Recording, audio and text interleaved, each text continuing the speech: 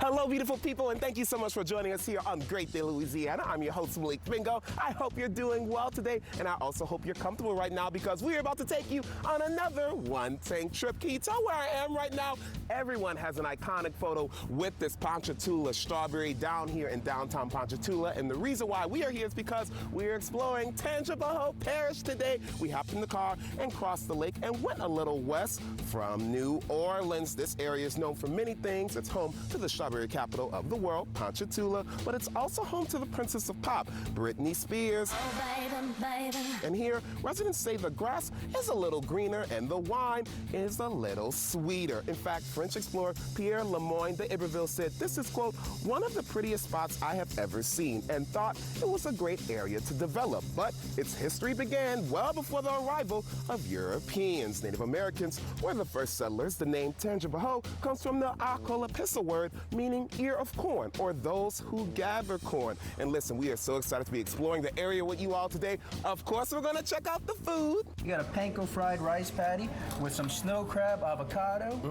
eel and chef sauce, crab stick, crawfish, and a little smelt roe and green onions. Some local art. Her work is a celebration of womanhood. Come on. So you should come out and see them. They're beautiful. And we'll cap off the show with the beer. We're always introducing new beers. Almost every weekend we have a new beer on tap that you can try exclusively at the tap room. There is so much to explore here in Tangipahoa Parish over the next hour. Are you all ready? All right, well, let's get started. For our first stop, we're headed to Amite City. This town means red ant in Choctaw, and it's known for its oyster industry. But did you know Amite City is home to the only commercial tea farm in Louisiana? It's called Fleur Tea Company, and we're here to take a tour and brew up some leaves ourselves. Joining me now from the farm is the wonderful Hans Marchese. He's the tea production manager. Hello, my good sir. Good to see you. Nice to meet you as well. I'm about to ask him what's the tea, but clearly I know there's a lot of tea out here at Fleur Tea Company. I'm so curious. Tea really starts with a plant, right? What is the plant? And tell us a little bit more about the scientific part of tea. Yes, sir. Almost all the tea people are used to in the United States comes from Camellia sinensis. So it's actually all in how you process, which defines the kind of tea. So we get black, white, green tea, all from the same plant. Come on, variety, and look, walk with me because this is where all of you all's tea leaves really reside. It's about 1/3 of you all's property. When is the tea season here in Louisiana? All right, so the tea season starts about mid-March, and then it goes, the last time I've processed was October 15th. Oh, wow. So just now ended. Come on, and I'm so curious, how do you harvest tea? Well, right now we do it all by hand, and it's from plucking. When you pluck, you're actually pulling the cells apart from each other, and then they're not being damaged. If you were to cut, it would take 40 days for you to be able to harvest again. But since we're plucking, it takes about 11. Unbelievable. Oh my goodness, this is so cool. And what's great is that you all grow many different types of tea. You also have a white tea that comes from a flower down here? Yes, sir, it's all in the processing. A white tea is defined, basically all you do is you pluck it and you dry it. Wow. So our white tea is fairly unique in that we actually pluck the flowers.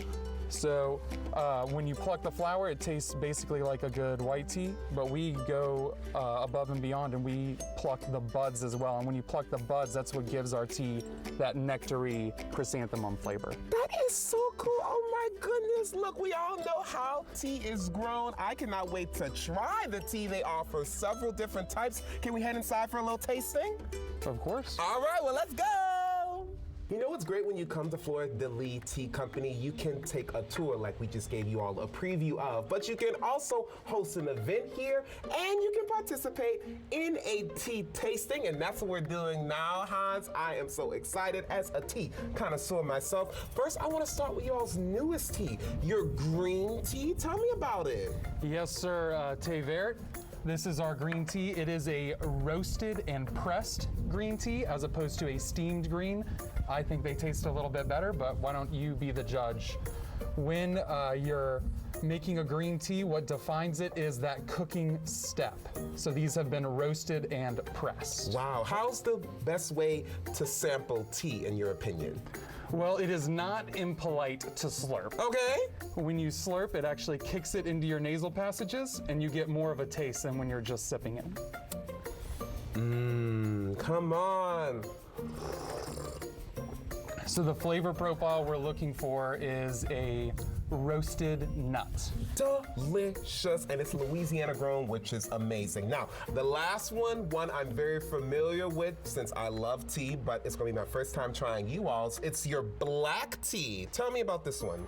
Yes, sir. This was our very first tea that we came out with. This is our Big Easy black tea. We actually won an international tea award for Let it. them know. We got second place at the UK Tea Academy's Leafy Awards. These all taste absolutely amazing. Hans, I want to thank you so much for your time today. An absolutely beautiful facility, and do not forget, you can take tours of the gardens and, of course, these awesome tastings. And by the way, if you want to get any one of these 3 teas, you have to come to Fleur Tea Company right here in Amite City. Delicious! So. Now, after you enjoy some tea, about 20 minutes away, there's another hands-on experience for adults and children of all ages. Welcome to Liuzza Land, where you're able to pick everything from sunflowers to strawberries and pumpkin. And look, there is so much more to explore. Joining me now is the wonderful Elizabeth Liuzza. She is the owner of Liuzza Land. Hello, darling. Nice to meet you. Nice to meet you as well. Baby, it's hot, but you know what's hotter? Everything going on here at Liuzza Land. Tell me, how big is the planting property, and how did this all start for you all? Okay, so our family has been growing produce in this area for about 5 generations. About 10 years ago, Liuzza Land opened here. We have about 35 acres of agritourism property between our wedding venues and our crops that people can come out and pick. Right now it's pumpkin season, so we have our corn maze going. We have our pumpkins growing on the vine. Kids are coming in and grabbing them things, pulling them off themselves. We also grow in sweet corn, tomatoes, other veggies like eggplant, cucumber, squash, zucchini. We have some cabbage in the ground right here, some pretty sunflowers behind us. So all of these things are up for grabs whenever we're open. And that's what I think is so cool. Like these sunflowers behind me, if I want to get a bouquet for the love of my life, I can come here and pick them fresh and then give them to them? Yes. That is awesome. Yes. And you know, we're here in Tangipahoa Parish. One of my favorite events every year in this parish is the Strawberry Festival. You all grow strawberries here, one of the most popular things for both adults and kids to do here when they come to Liuzza Land. Talk to me about the growing process of the strawberry. So we're planting now. Planting season's in the fall, and we'll grow all the way through winter. Start harvesting some in the winter, and then heavy picking season in the spring, so March, April.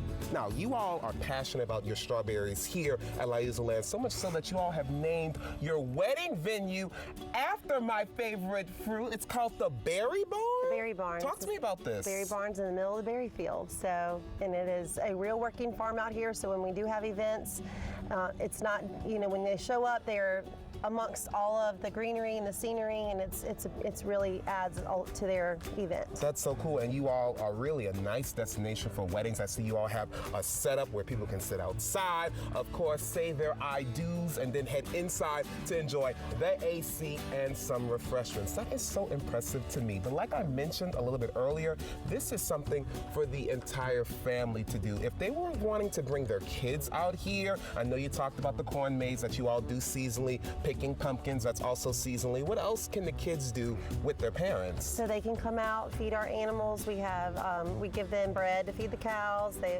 We have some miniature zebu cows. We also have miniature donkeys and ponies. So 2 new deer over there that are part of our little center now. There's a zebra, there's a big longhorn out there, just lots of unique things that you don't see every day. So they come out, see the animals. We have some zip lines and some slides and playhouses for them to hang out on.